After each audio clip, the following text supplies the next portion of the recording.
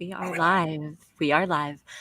Welcome to today's Elevate series. My name is Tziporah from ZiporahIntimacy.com, and I'm an intimacy, communication, and breathwork specialist, as well as the author of Revolutionizing Intimacy, Navigating Connection in a Disconnected World.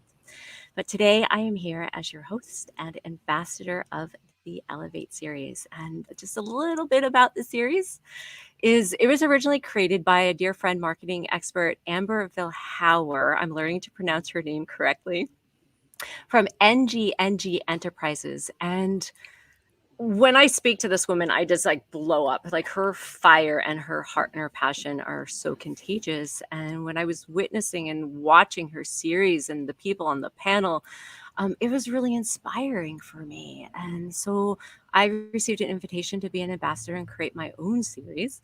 So I'm super grateful to have all these amazing friends like we have here today and leaders, and I call them like wisdom carriers, just showing up and saying yes to join me here to hopefully offer you some really great tips and content, if not a great conversation and practices that you can be applying at home right now to stay grounded, to stay centered, and maybe a little bit more peace in your life.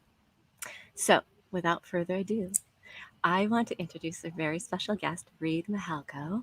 He is a sex and relationship educator and so much more. I will admit, like I was just on Netflix because I've never watched the show. I'm going to have you talk about it in a minute. Oh, but I totally, Yeah. totally found. I was like, I gotta find him, and yeah. So I want you to talk all about that.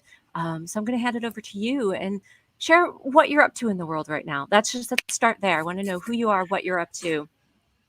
Well, mostly I'm like everyone else. I'm at home, and sex education is not considered an essential vocation. Where there's not while people are having emergency situations at home, with my friends who are doctors and paramedics, people that work in certain industries, like even my friends who are keeping buildings and things like that running, like they're off to work because they have to be. I'm at home with my laptop. And so for folks who are meeting me for the first time, my name is Reid Mihalko. My main website is Reid About Sex, REID, which is how you spell my name, aboutsex.com. And I do sex and relationship education or empowerment or whatever words work best for you. Use those words. But mostly under the umbrella of helping people have less shame in their life, healthier relationships, and healthier, more pleasurable, more self-expressed sex. Like that umbrella, I'm under that umbrella, tinkering and nerding out with people. I'm a sex geek, clearly labeled, and I have a lot of fun and a lot of joy helping people learn how not to do what my brothers and I saw my mom and dad do to each other growing up. And I grew up in a family where my mom and dad loved each other very, very much.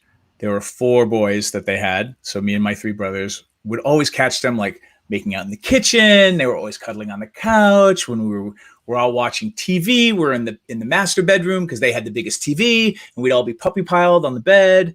And then over the years, they just slowly grew apart and moved further and further up to the edges of the bed, and we would cuddle in the middle because they just couldn't touch each other anymore. Their inability to communicate their wants, needs, and desires and to work through their upsets poisoned their relationship.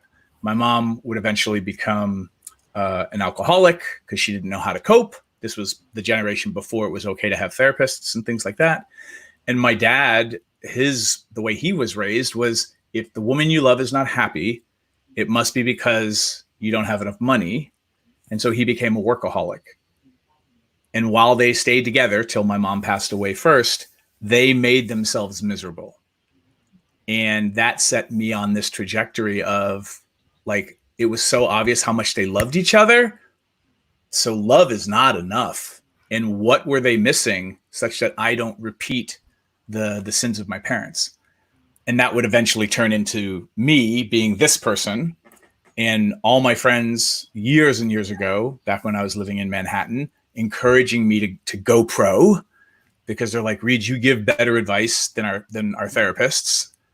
And it would take me a couple of years to get the courage to eventually, like, put my work or my ideas out into the world. And one of those first ideas back in 2004 was Cuddle Party. And Cuddle Party back then turned into a huge news story because New Yorkers were paying money to cuddle. What the heck?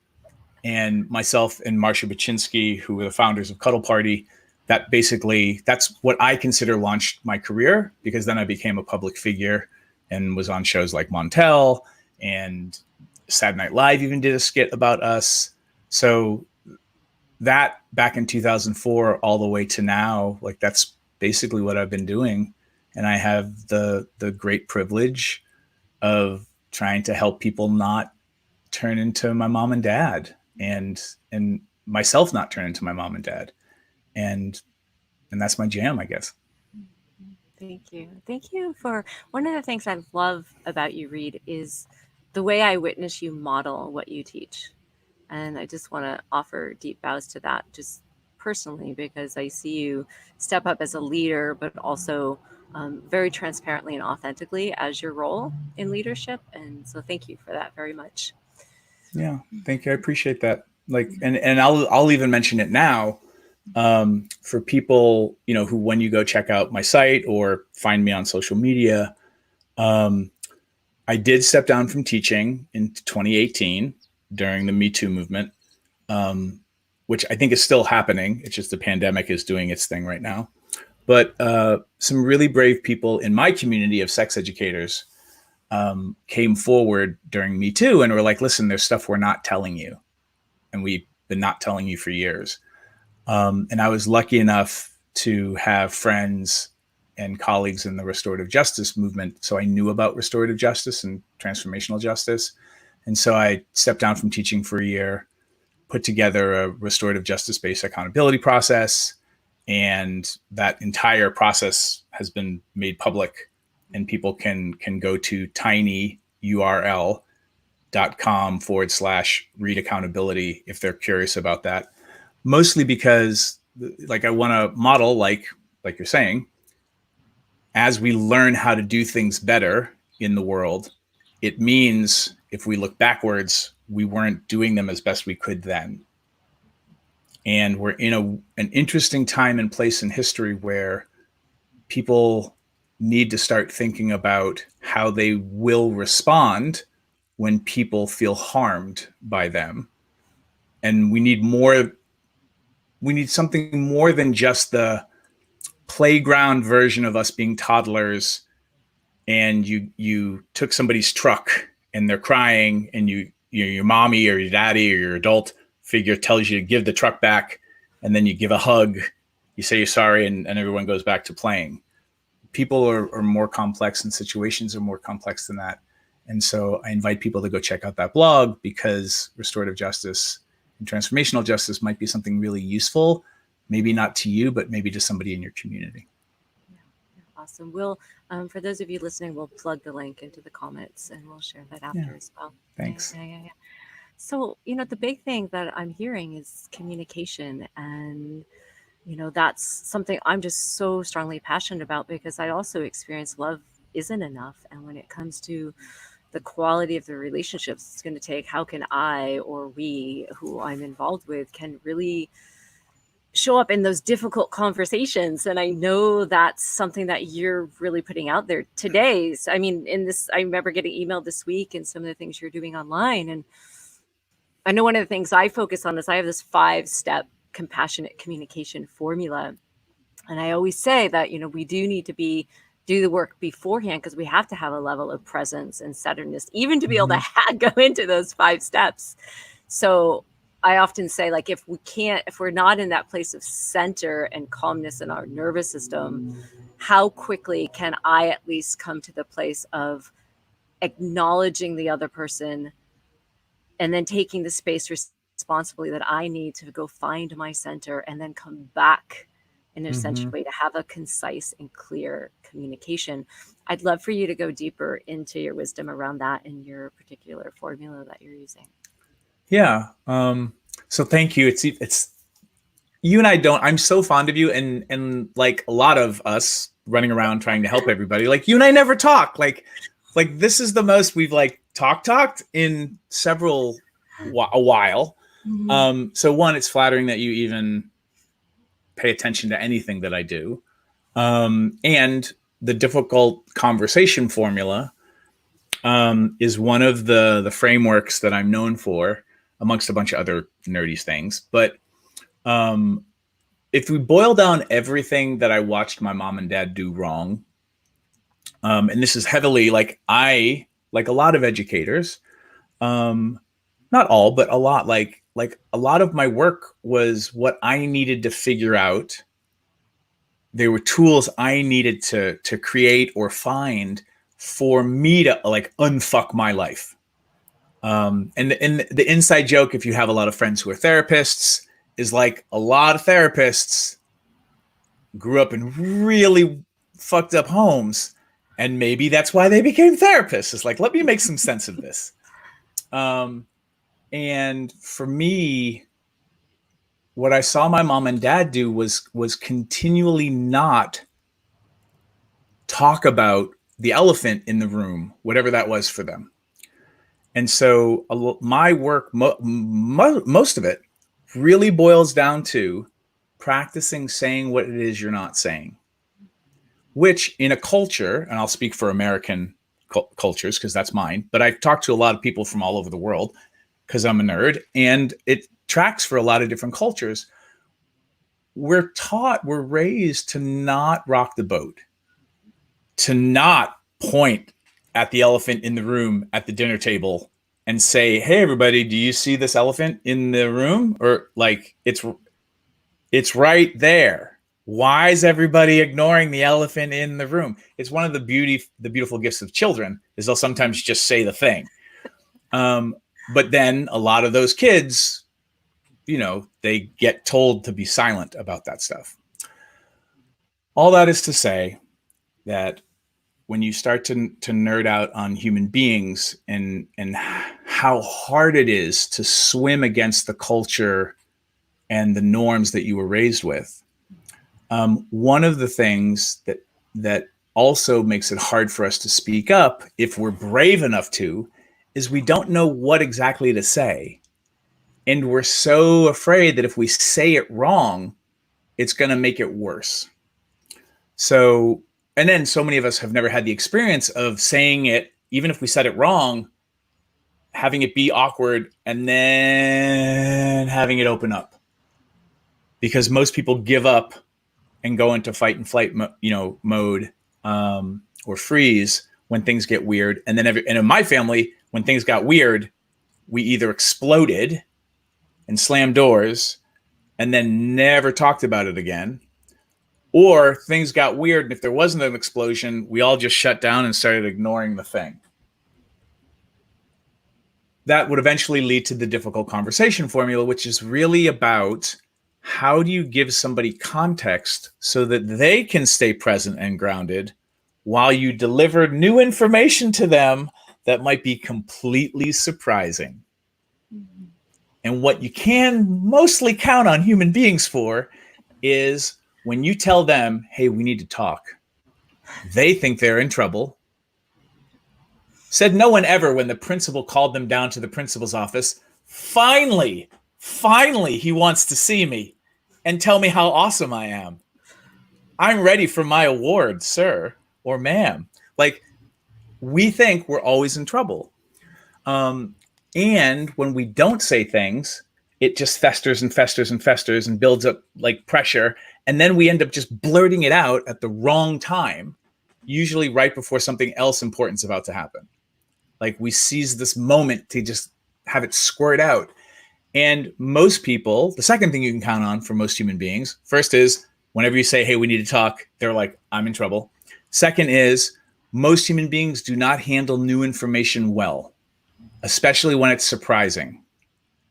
So when you tell somebody something new about, like if I tell you, I'm not saying you because you're a ninja of communication, you have lots of kung fu, but like most people, if I tell you something really big that I've been withholding to you about our relationship, there is a tendency not to feel relief, but to be activated.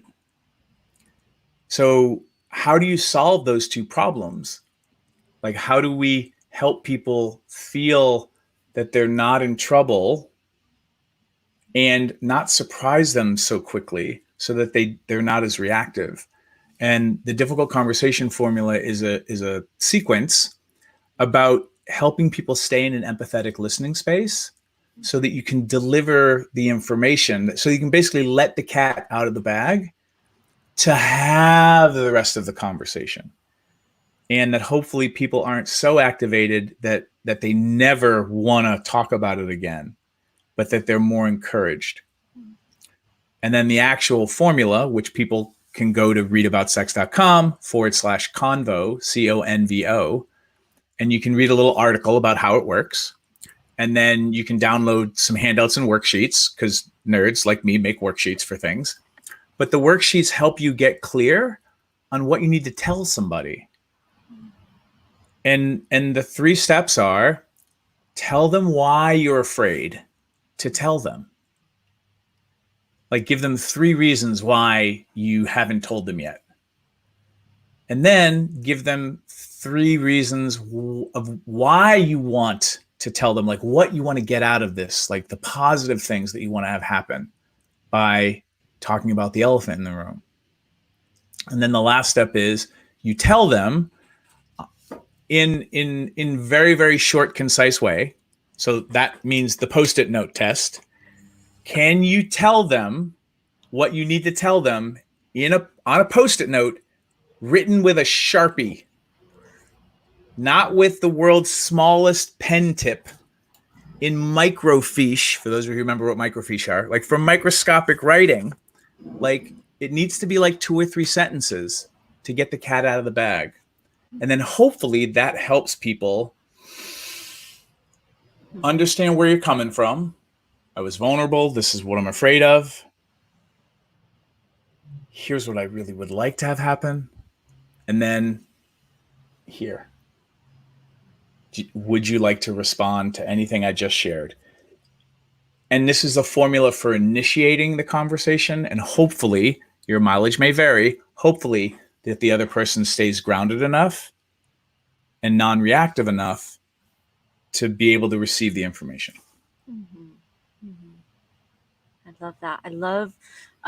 I find vulnerability such a door opener, right? Because, right, it takes away, one, if I'm going to be vulnerable, it takes away that feeling like I'm attacking someone or even demanding something from them.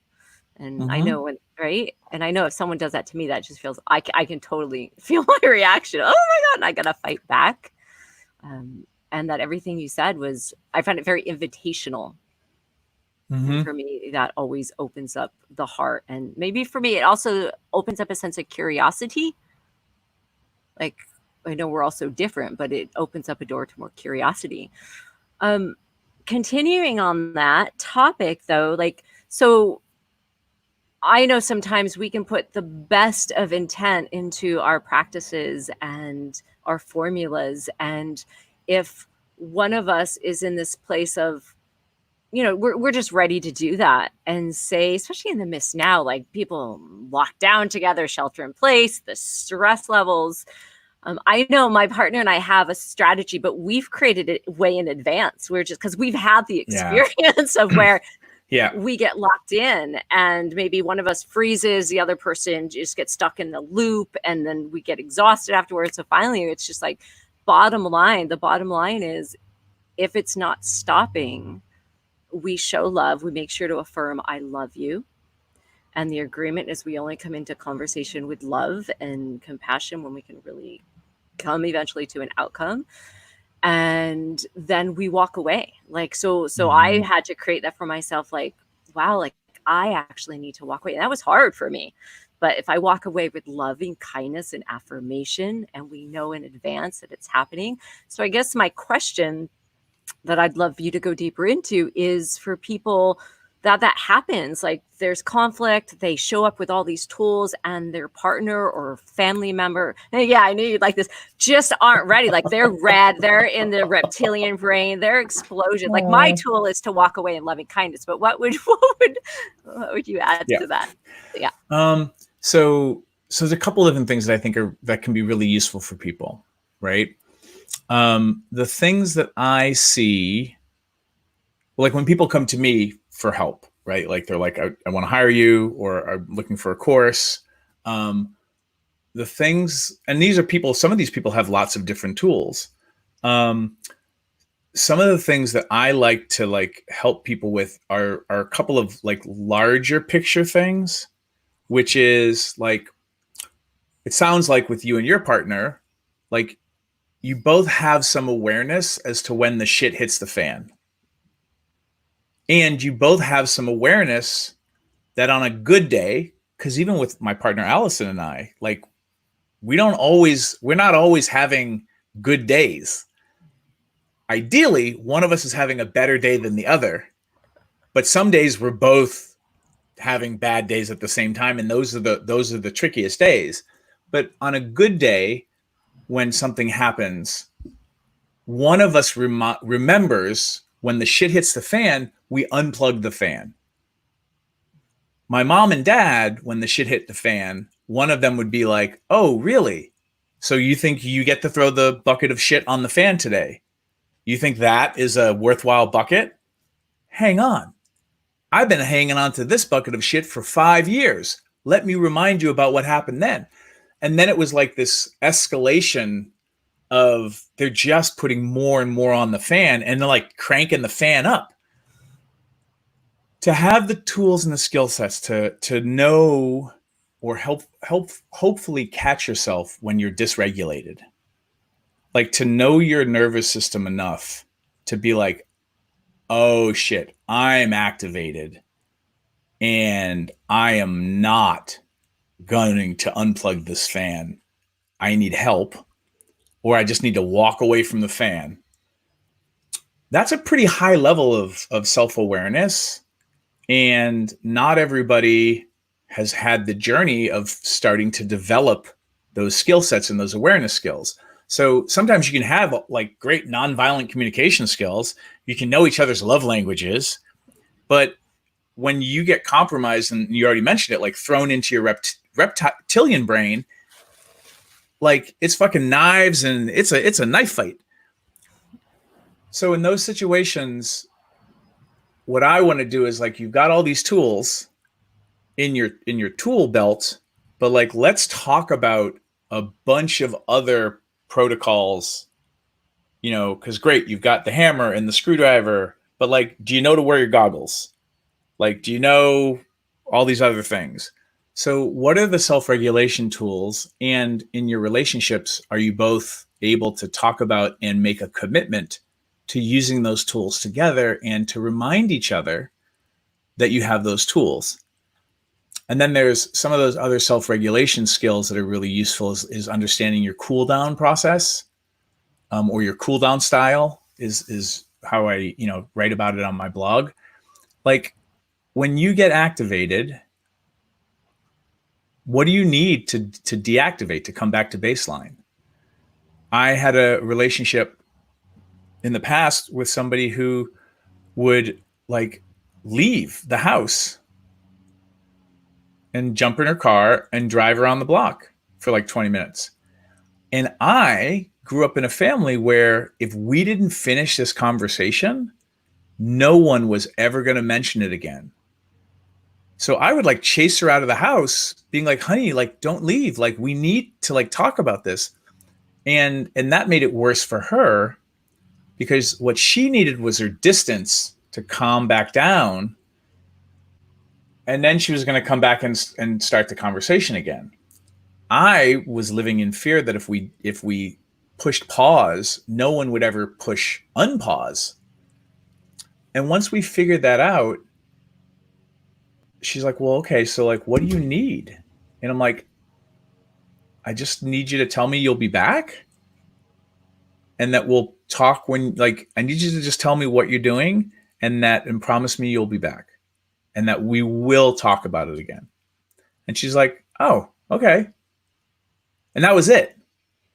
But until we figured that out about ourselves, that we both had different kinds of processing styles, like the way that I show love is you don't give up on somebody. So, but that occurs as very tenacious and almost aggressive to some people who need space. But part of that, the energy behind it is there's a stargate about to close that will never open again unless we have to finish the conversation now. But I can tell my lovers about, like, okay, so this is where I get weird. And, can you remind me if you see me, if it feels like I'm doing that thing, just remind me of the thing, because that will normally snap me out of it. And then I ask my friends and lovers, like, what are your processing and cool down styles? Like, what do you need? One of my other ex-partners was very much an internal processor. And when we would have a fight or a disagreement or something was weird, I felt that like she just went away from me. And I didn't know what was happening. And what we eventually figured out was I would call it, we named it mad scientist mode. She was going to her lab to work on her dissertation, get clarity on everything, and then would come out of her cave or her lab and be like, here's what I've discovered about myself, and here's what I need. So her distancing was her needing space to figure it out. I am not a mad scientist. I am a verbal processor who just like, I'm working it through as we're talking. But she didn't know that. And so what it felt like was when I would start speaking, she thought I was delivering her my truth and couldn't figure out why it was different 2 days later and why I kept talking about it. So those two styles, and there's lots of different, you can come up with all kinds of styles, but like, just to keep it to basics, just those two examples, once we figured that out, then when I felt like she was abandoning me, I'm like, are you going to your lab? And she's like, I'm going to my lab, which made her feel seen. Wow. And then I didn't chase her. And then when we would process, she's like, you have no idea where this ends. And I'm like, no, like, I'm not a mad scientist. And she'd be like, okay. So she could adjust her expectations. So little things like that are way more foundational can help people use all the tools that they've amassed that seem to not be working. When good tools seem to not be working, there's usually something foundational. There's a distinction or an aha moment that could help make everything else flow much better.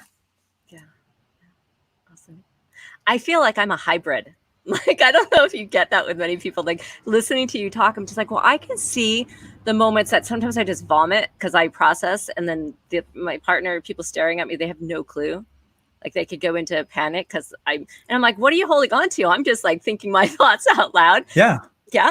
And then I can see those moments when I'm really tuned into me that I need to go out and sit under a tree or be silent. And what takes me there, like hearing you talk about being clear in what you need. And I know for me, like, it's my self practices that allow me to have a really clear, profound relationship to the inner workings of my nervous system, my body. I mean, whether it's like daily breath work and meditation and self-inquiry. I mean, I'm a geek on that level. Like, I am sometimes over disciplined. It's like sitting for 2 hours a day, breathing for another hour. Like, it's been my life for over 20 years.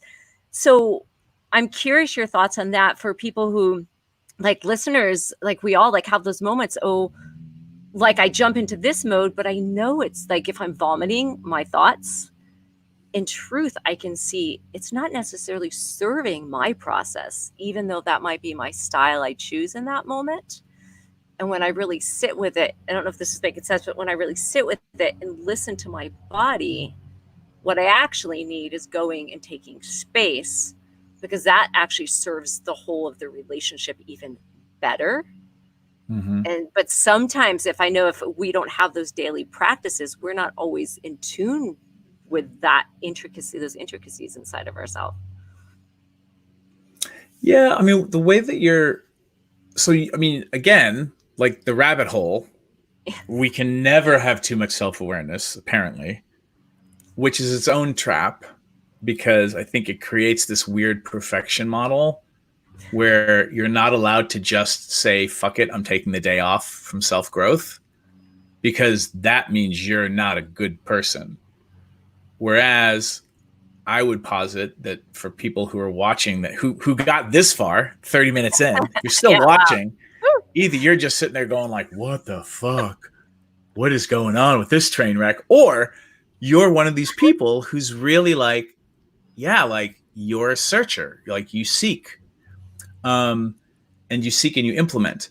And so just something in general to caution people of is like, especially in American society, this sense of overachievingness and that evolved is that what ends up to be, we never let our guard down.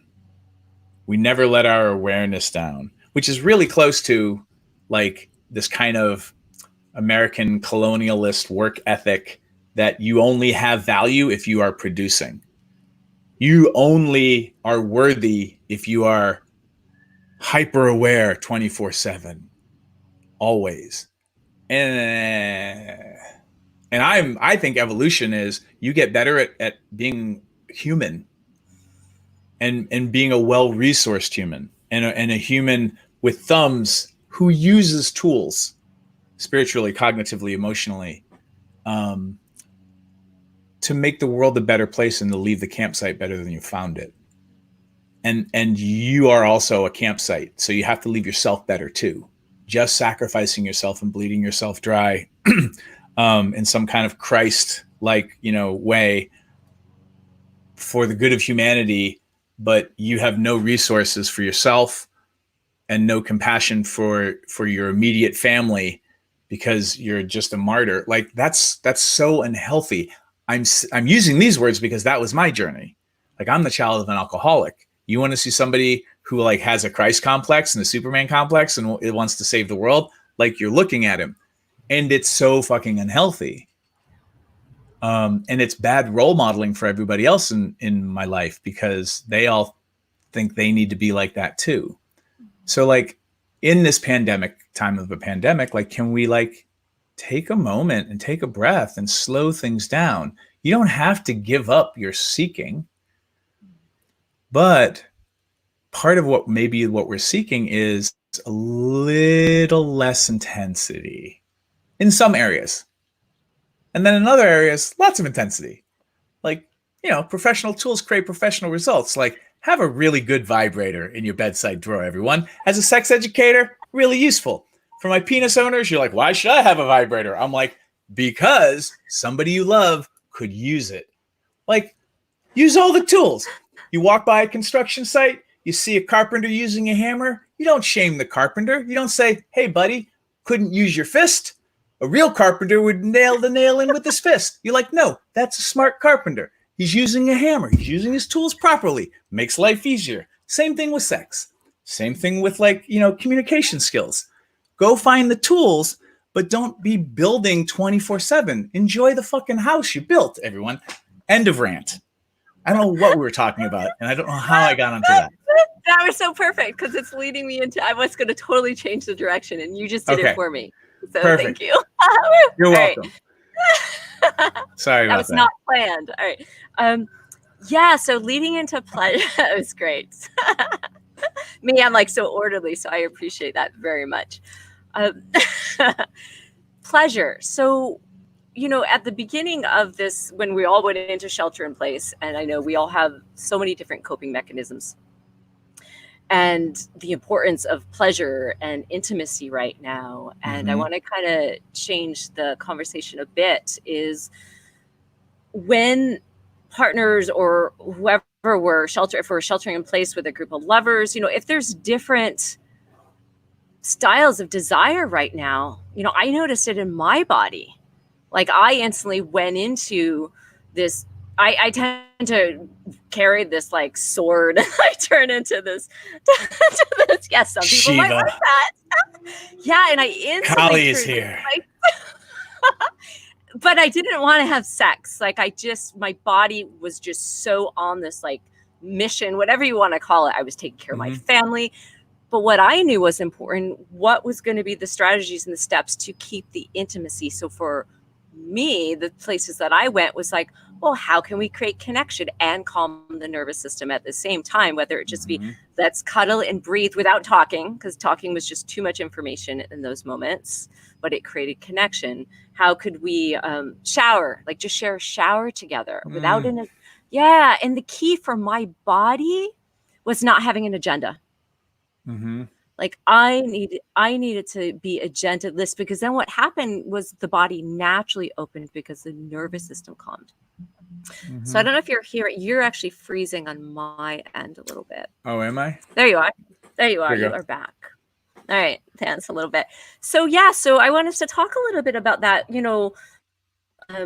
coping styles, where sex comes into play, and when two people have different desires, especially now because their nervous system is handling things differently, how to create that connection. Yeah. Well, there's the short answer, and then there's the deeper like answer of like deconstructing how we're raised. So the short answer is be kind to each other and own your own expectations. Being like, no one owes you anything. No one owes you sex. If you think somebody owes you sex and owes you their desire, then that's really culture fucking with you. And I don't know where you picked that up. Like who taught you to think that? Like somebody in your lifetime taught you, right? And if you're going to blame anyone, blame culture, because it's just an easier scapegoat. And then it moves you into this conversation about like, well, what about culture is having its way with me right now? There's a pandemic. Our schedules have been like turned upside down. Like, we don't know how long this is going to last. There's all this uncertainty, oh my God, one of us or a loved one might get sick. So there's all this fear. And now we're thinking about fear and sickness and death. And like, there's all that stuff there. Oh, there's all that stuff there. Maybe that's not why we don't want to bone each other, or you're all wet or horny from me. Oh, so I don't have to take it personally. Like just that little dance to get over onto that side of the room, that's a big deal for a lot of people, because so many of us are acculturated that like your desire for me is how I know if I'm worthy. Regardless of if you're going through menopause or premenopause, perimenopause, or like whatever, like regardless of if you just, had prostate cancer and chemo, and like we make things mean so many things, and so many of those meanings are not serving us, and they're more culturally based. That being said, what do you need right now when you think you need sex? Like if sex isn't on the table for whatever reason, what do you think the need is? Do you need to have an orgasm? Are you just letting out stress? Do you need to feel loved and worthy? And then you're like, oh, I make sex mean a lot of things. Yes, welcome. Welcome to the game of culture fucking with you. So starting to untangle those things can be helpful, but it makes things really complicated once you start doing it, because then you're just like, oh shit, there's so much here I wasn't tracking. But if you get the hang of it, life is it's complex, but it was complex to begin with. We just pretended it was simple. But in that complexity, you have so much more choice. And there are so many newer ways to connect with each other. So there's like the culture part. And then there's just like the human, like, I miss touch.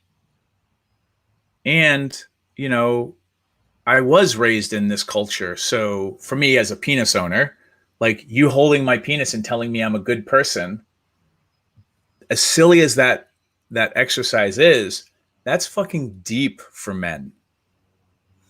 Because I'm still the generation where a real man knows what to do. That is masculinity.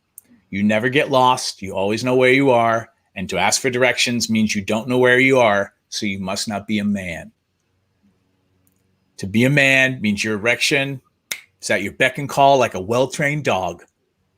It will get hard when you need it to get hard. It will stay as hard as you need it to, and you will not come until it is time. And if any of those things you cannot do, you must not be a man. Like I'm making it very simple, but like that simple is at least for me, is real. Like it's there. That's culture's voice in my voice talking to me and saying really nasty things to me all the time. So around human needs, then maybe I don't need to get laid. Maybe I just need you to tell me I'm a good person and I need to feed my skin hunger. And then if we're cuddling and connecting and there is no agenda, so there's no pressure,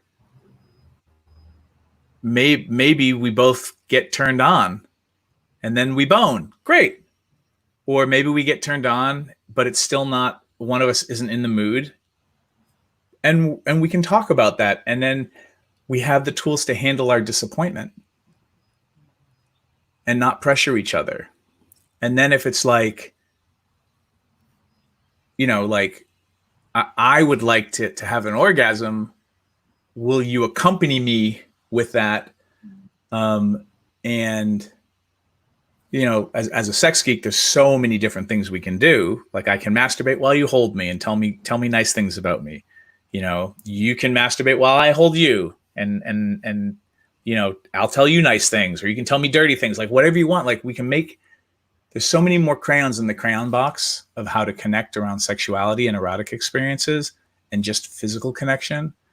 But you know, American culture gave us that tiny crayon box you get at Italian restaurants. It's only got 4 crayons in it, and they want you to draw on the paper tablecloth. Like, I want everybody to have that box of 164 crayons with the crayon sharpener on the side. Like, I want everybody to have that. You know, so maybe taking a shower together and washing each other. Maybe that turns you on, and somebody else doesn't want to fuck, but you were caring for each other. And you can be patient and find other ways to have sex, even if somebody else isn't feeling sexual. And then when you can take all that pressure off, you know, your mileage may vary, but then sometimes because there's not as much pressure and nobody's being made to feel wrong about it, then sometimes people are like, you know what? After that shower, I think I want a bone. Is now a good time? Yeah. My God, thank you. So much rich information. I know we're going to close up really soon, but I knew this at the beginning. Before I had this intention and direction, and then right before we went live, I'm like, oh my God, there's so many areas I want to dive into and talk about. So next time. So yes, for sure. And I just like, right, understanding ourselves, knowing our needs, communication, even when it comes to sex, and find these ways just to create connection. And I just find the core of that is knowing ourselves as well. And you do a great job of modeling, like you. My experience of you is you're just like a big open gate, like an invitation. Like it's like you walk by this house and you see in the backyard, there's all the lanterns and you can smell the food being cooked outside. And then there's like, you're like, you come here, come on in, come on over, like hang out with us. Like you're so welcoming, and your invitation for people to tinker and to try things and to consider new things. And for folks that are, you know, that are stuck at home right now, especially if, you know, even if you're not together, but like you can do this long distance, like find something that you both are curious about, or you and your friends are curious about, and then start learning something new together. Whether that's a new communication tool, you know, whether it's like practicing your difficult conversation formulas, which is one of the things I'm doing weekly, is giving people a space to practice having scary conversations. Like whether it's the compassion steps, like go find something, whether it's us two or not, it doesn't matter. Like go find something to be curious about together and learn something new together. I think that's a really good use of people's time right now. Yeah. On that note, is there anything else? Well said. Is there anything else you want to offer as we close today? Like add to that? I mean, I'll say if people are curious about what I'm up to, like probably the best place to go right now is go to my calendar, because that's where I'm listing all the virtual stuff. So go to Reid About Sex, REID, aboutsex.com/calendar, or just go to Reid About Sex and click on calendar. And then that'll have the free stuff. There's for folks who are interested in business and marketing stuff, we're doing a whole thing, meet a bunch of other sex educators just about business, because everyone has to shift to online teaching right now. And that's something I'm very comfortable with. So we're doing that. But there's a lot of communication stuff that's coming up. We just did Blowjob Grad School. That was a hoot. Everybody bought bananas and things. Yes, I'll run that again. That's just really fun to teach on Zoom with a bunch of people who are sitting in their living rooms with fruit and vegetables. And it's just fun. It's just goofy. And people get embarrassed, and they click the camera off so they can practice, on a banana. Like, it's so much fun. But again, like, not everybody likes the way I teach because I'm such a doof. But if you want to giggle while you suck on a banana, like, I might be your guy. That's awesome. Thank you, Reid. Yes. And I will say, I appreciate the way you teach. It's so down to earth and it's welcoming. Like it makes people feel like it's made me feel like, it doesn't matter if I fuck up, or do something odd. Like I'm okay. I'm great the way I am. So thank you. Yeah. That means a lot to me because I really respect how you walk in the world and the things that you share and how you teach. So thanks for the compliment. Thank you. Thank you. And to close our call today, for those of you interested in continuing the live Elevate series streaming, right now we're going on at least through mid-May. I'll go as long as these wonderful humans continue to show up for these panel talks. You can find us on Tuesdays and Fridays at 3 p.m. on the Soulful Relating Institute with Tziporah Facebook page, as well as you can find me over on YouTube. I also will have a launch of my new online course, which will be coming out mid-May for all of you. That's all about soulful relating and a lot of the conversation we're having today. So thank you, everyone, for joining us. Thank you, Reid. So much love. You're welcome. Bye, everyone. Bye.